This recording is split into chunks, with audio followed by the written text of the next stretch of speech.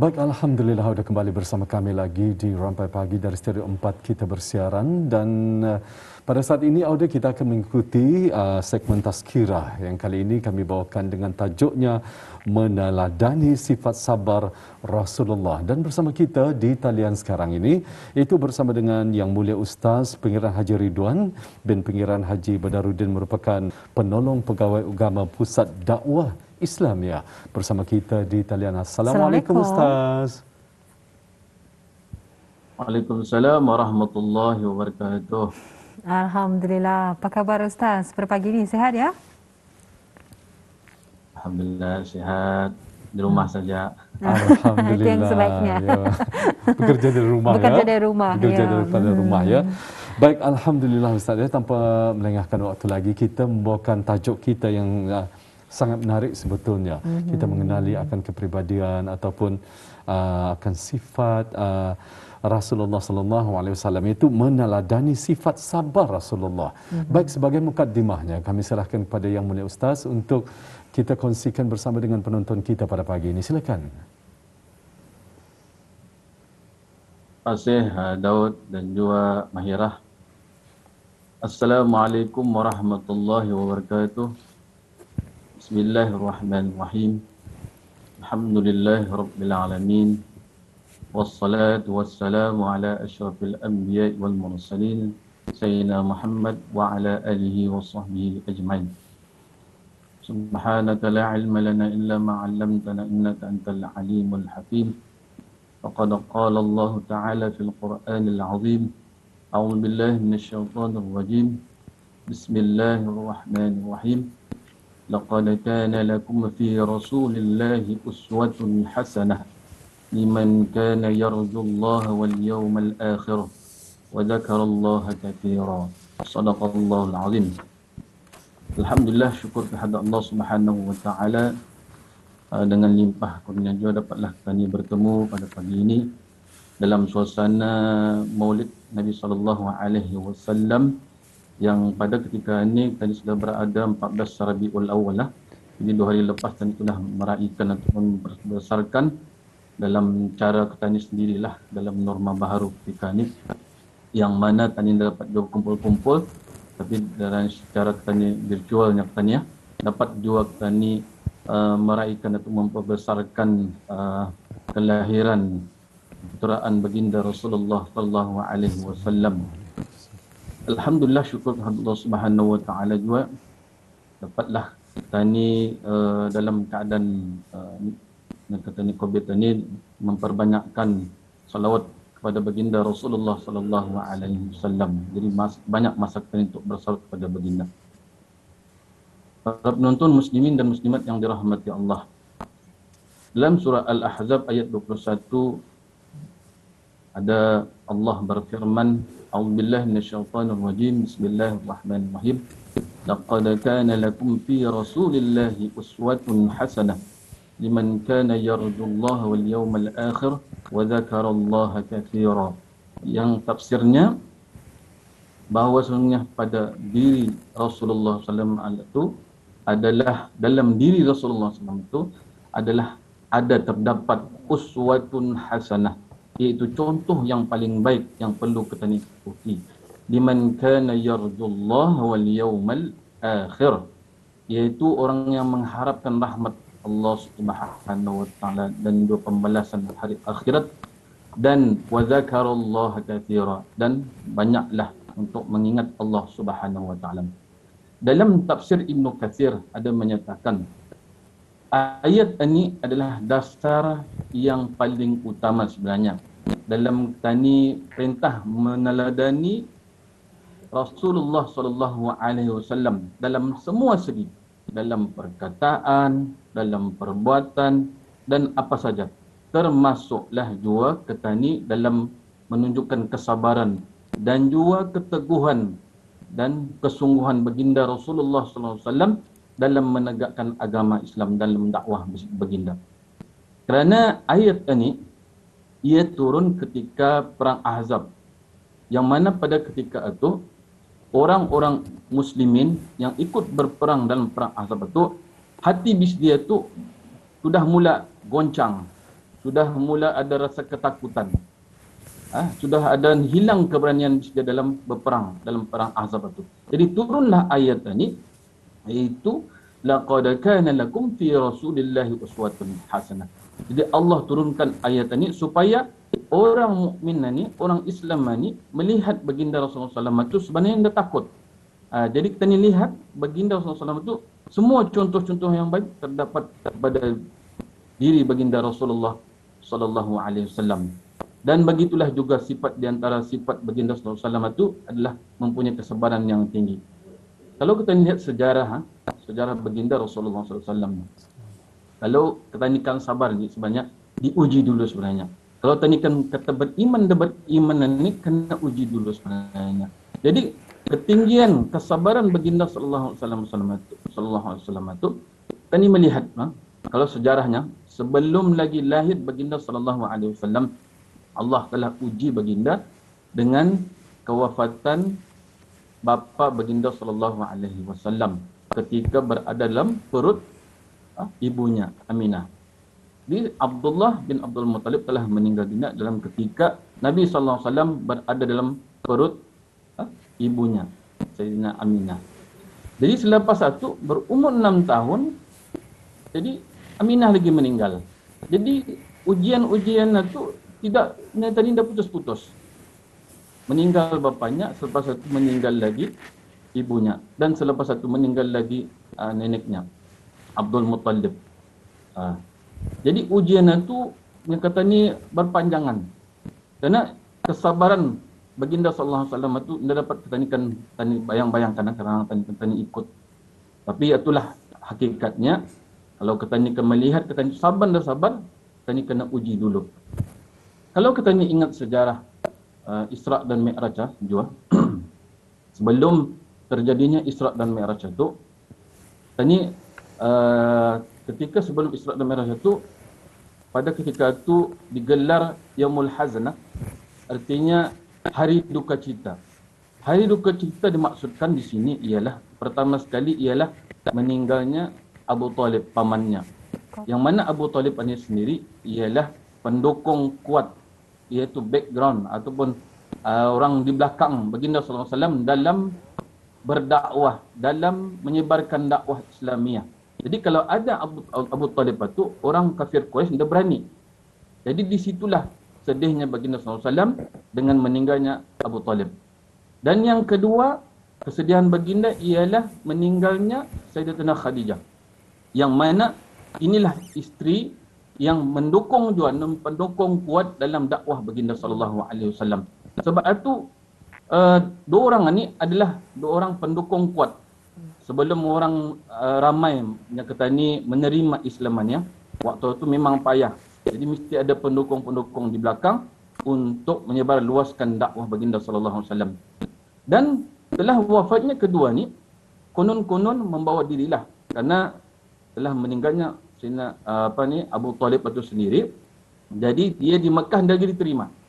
Rasulullah tidak diterima lagi. Jadi orang mula beranilah untuk mengacau baginda sallallahu alaihi wasallam. Jadi baginda sallallahu alaihi wasallam pun membawa diri untuk pergi ke satu tempat iaitu Taif.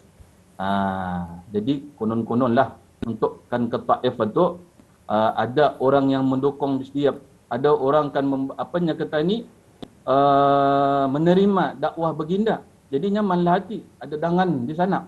Jadi di sanalah melihat juga menguji kesabaran baginda sallallahu alaihi wasallam itu sendiri. Kerana di Taif sendiri dakwah baginda pun tidak diterima. Sehinggakan orang-orang di sana yang kata ni mengumban batu, mengumban kayu apa semua tu, sehinggakan terluka badan baginda sallallahu alaihi wasallam yang mulia tu. Di sini kita ni melihat dalam sudah Nabi sallallahu alaihi wasallam sendiri tu, dia melihat tidak ada can lah untuk berdakwah lagi di kota Taif ini. Jadi sanalah kesedihan demi kesedihan yang melanda baginda sallallahu alaihi wasallam, sehingga kan baginda sallallahu alaihi wasallam berdoa kepada Allah Subhanahu wa taala, "Ya Allah, aku mengadu kepadamu ya Allah akan kelemahan, kekuatanku, sedikitnya kemampuanku dan hinanya aku pada pandangan manusia." Di sini Sayyidina Jibril telah mendengar doa baginda sallallahu alaihi wasallam dan meminta izin untuk minta kebenaran kepada baginda sallallahu alaihi wasallam untuk menurunkan bala ke atas orang Taif ini. Jadi apa kata baginda? Baginda bukan mengatakan betul bersetuju dengan pendapat Sayyidina Jibril. Bahkan baginda berdoa kepada Allah Subhanahu wa taala supaya memberikan rahmat dan hidayah kepada orang-orang yang telah menghina dan mencaci baginda. Di sini kita ni melihat penonton yang dirahmati Allah. Bukan calang-calang cobaan dan dugaan ujian yang Allah bagi kepada baginda sallallahu alaihi wasallam. Malah di sinilah menunjukkan bahawa baginda itulah tinggi kesabarannya. Kalau ketanilah sudah kena terima tu memanglah sudah darikan putus asa lah sudah tu lari daripada tempat tersebut, malah tanya akan membalas dendam dengan apa yang sudah dibuat oleh kaum iaitu orang-orang Taif pada ketika itu. Wallahu a'lam bissawab. Ya. Jadi memang bukan mudah sebetulnya mencontohi dan juga mengikut akhlak Nabi Muhammad sallallahu alaihi wasallam ini, tapi itulah kita ni perlu mempraktikkan ya, dan juga cuba untuk menjadikan panduan sikap terpuji baginda mengikut keupayaan masing-masing. Jadi mungkin dapat dikongsikan juga ni Ustaz Pilihan Ustaz ya. Apakah jenis-jenis sabar dalam Islam? Silakan. Terima kasih Mahirah. Nonton muslimin dan muslimat yang dirahmati Allah. Berkata dengan sabarannya, banyak perintah Allah Subhanahu wa taala dalam surah Ali Imran ayat 200.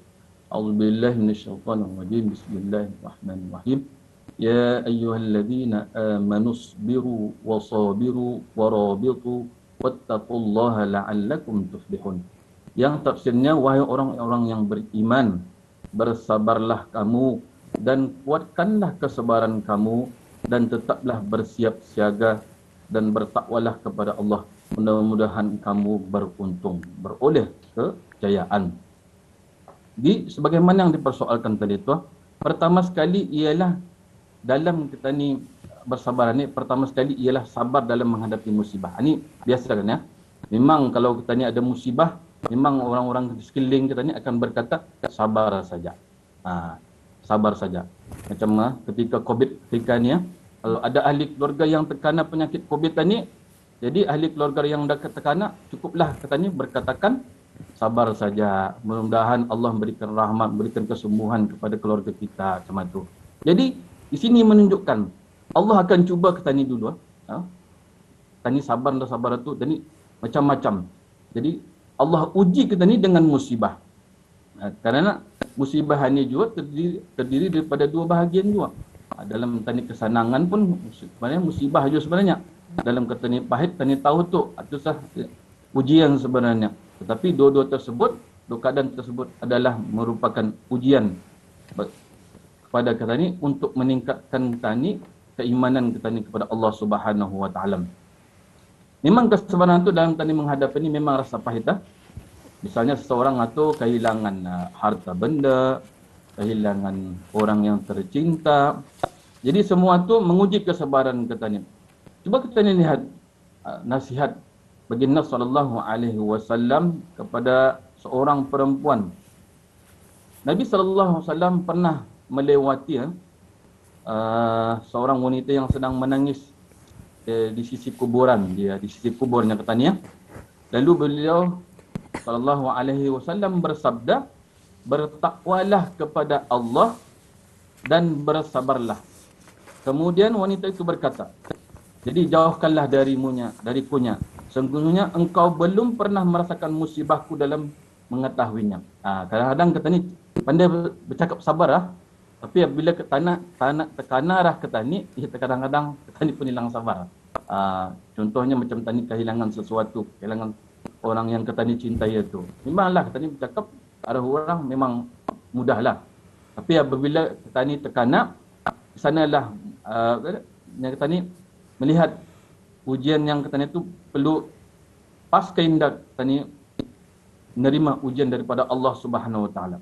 Jadi kita ni sama hadis tadi. Jadi kemudian ada yang mengatakan pada wanita itu bahawa orang yang berkata tadi adalah Nabi Muhammad sallallahu alaihi wasallam.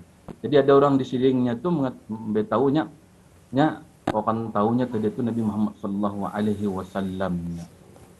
Jadi teruslah telah mendengar orang sekeliling beritahu yang itu Nabi Muhammad sallallahu alaihi wasallam. Jadi perempuan tersebut pun datang ke rumah baginda sallallahu alaihi wasallam. Jadi lalu Nabi sallallahu alaihi wasallam bersabda, jadi berjumpa dengan Rasulullah, sesungguhnya sabarnya, namanya sabar adalah ketika dia awal musibah. Jadi Nabi sallallahu alaihi wasallam mengajar kita ni supaya apapun ujian yang ditimpakan kepada kita ni perlu sabar. Jadi pertama sekali tidak sabar dalam menghadapi musibah. Yang kedua ialah sabar dalam menjalankan ketaatan. Dalam taat ini sebanyak perlu sabar juga. Banyak ada ujian-ujian juga lagi sebenarnya. Dalam taat kita ni memakai emas satu pun mesti sabar sebenarnya. Karena banyak di antara kita ni yang kena kena uji macam ni ya. Ketika tu ada yang dah mau pakai Jadi lihat kita ni sekarang untuk press conference sekarang ada yang terkena kesalahan indah memakai pelitup muka emasnya katanya. Jadi di sana kalau sudah kerajaan, sudah pemerintah atau mengarahkan katanya untuk memakai emas itu, jadi di sana menguji kesabaran katanya. Kadang katanya bukan kan katanya bukan just siap memakai emas sentiasa. Katanya pun rasa limasnya katanya, tetapi dengan kita ni taat, sabar kita ni menahan kita sabar kita ni untuk taat kepada pemerintah tu, tadi kita ni turuti. Jadi kita ni pun dah terbayang Daud dan Mahirah peran lain katanya tu kalau kita ni perhatikan berapa jam habis dia pakai emas tu. Betul. Kita ni baru setengah jam ataupun sejam memakai pun sudah kita ni Lemas. rasa macam Lemas. tahanlah. Lemas. Ya betul. Tapi ini kata ni tamas katanya rasanya. Betul. Ya. Tetapi jadi kesian kan ini fikirkan tu peran lain katanya tu sudah kata tadi kadang sehari bulat dia memakai. Jadi ketani yang sebagai orang yang bukan peran lain ni, orang dulu ni turut sebenarnya menyokong sedia ni dan mendangani sedia dengan cara ketani dengan kerajaan menyuruh ketani teranah di rumah. Jangan kita ini berkumpul-kumpul. Malam itu sudah diarahkan. Jangan lagi berjalan-jalan start pukul 8 sampai pukul 4 pagi itu. Sebenarnya menguji kesabaran kita ni. Memang orang dah mau. Orang tahan-tahan di rumah ni. Orang kadang kita ni rasa dah selesa. Kan mau je. Biasanya pukul 8 malam ni berkeluar benar. Beli-beli. Ke pasar malam kah, ke mana kah. Jadi semua itu menguji kesabaran kita ni sebenarnya. Ya? Dan juga dalam kita ni dalam COVID ini juga banyak sebenarnya arahan-arahan itu perlu kita ni turuti, menguji kesabaran kita ni. Walaupun kita ni indah selesalah dengan arahan tersebut. Karena ada kebaikan sebenarnya di sebalik arahan-arahan tersebut. Yang ketiga ia sabar dalam menghindari maksiat. Ini juga ni dalam kita ni hidup macam mana ni ya. Banyak maksiat-maksiat sekarang di hadapan kita ni, di ujung jari kita ni. Kadang-kadang di sekeliling kita ni maksiat-maksiat tu. Jadi bila ia datang di hadapan kita ni, perlu menguji kesabaran kita ni. Adakah maksiat ini perlu kita ni turuti ataupun kita ni hindari? Dalam kita ni, kita ni memain-main handphone kah, gadget kah apa semua tu, adakah kita ni sabar? Dalam orang-orang kadang mempost tuntutan tu, kadang-kadang yang kata ni kan mengumpat dalam keadaan yang kata ni dah tahu tu, ini menguji kesabaran kita ni. Adakah kita ni kan post apa yang sudah statement ni? Adakah kita ni tahu yang ani benar kan dah benar, perlu ke kita ni forward arah orang lain macam tu. Jadi di sini menunjukkan kita ni perlu ada penilaian sebenarnya dalam kita ni menerima sesuatu yang kita ni terima atau apalagi kalau berbentuk maksiat. Sedangkan yang baik-baik lagi kita ni perlu perhatikan. Adakah hadis-hadis yang dipaparkan arah kita ni itu ada hadis yang sahih ataupun hadis yang dhaif ataupun maudhu', artinya yang katanya tidak diterima. Di sini kita ni ada penilaian sebenarnya untuk kita ni melihat kita ni itu melihat kesabaran kita ni dan juga dalam kita ni menghadapi maksiat ini sebenarnya kadang-kadang ia contoh saja kalau kita ni lihat tentang rasuah sama juga. kalaulah sesuatu orang tua ada orang ada join yang katanya yang bagi tawaran yang katanya menggiurkan yang banyak. Dan di sini menguji keimanan katanya dan kesabaran katanya. Adakah katanya mau atau tidak? Mun banyak projek cuma ni. Jadi orang akan tukar bagi sampai 2-3 ribu. Kadang-kadang katanya pun kadang lagi nampak akan yang benarkah tidak benarnya. Jadi menguji kesabaran katanya dalam katanya menghindari maksiat tersebut. Wallahu a'lam bissawab.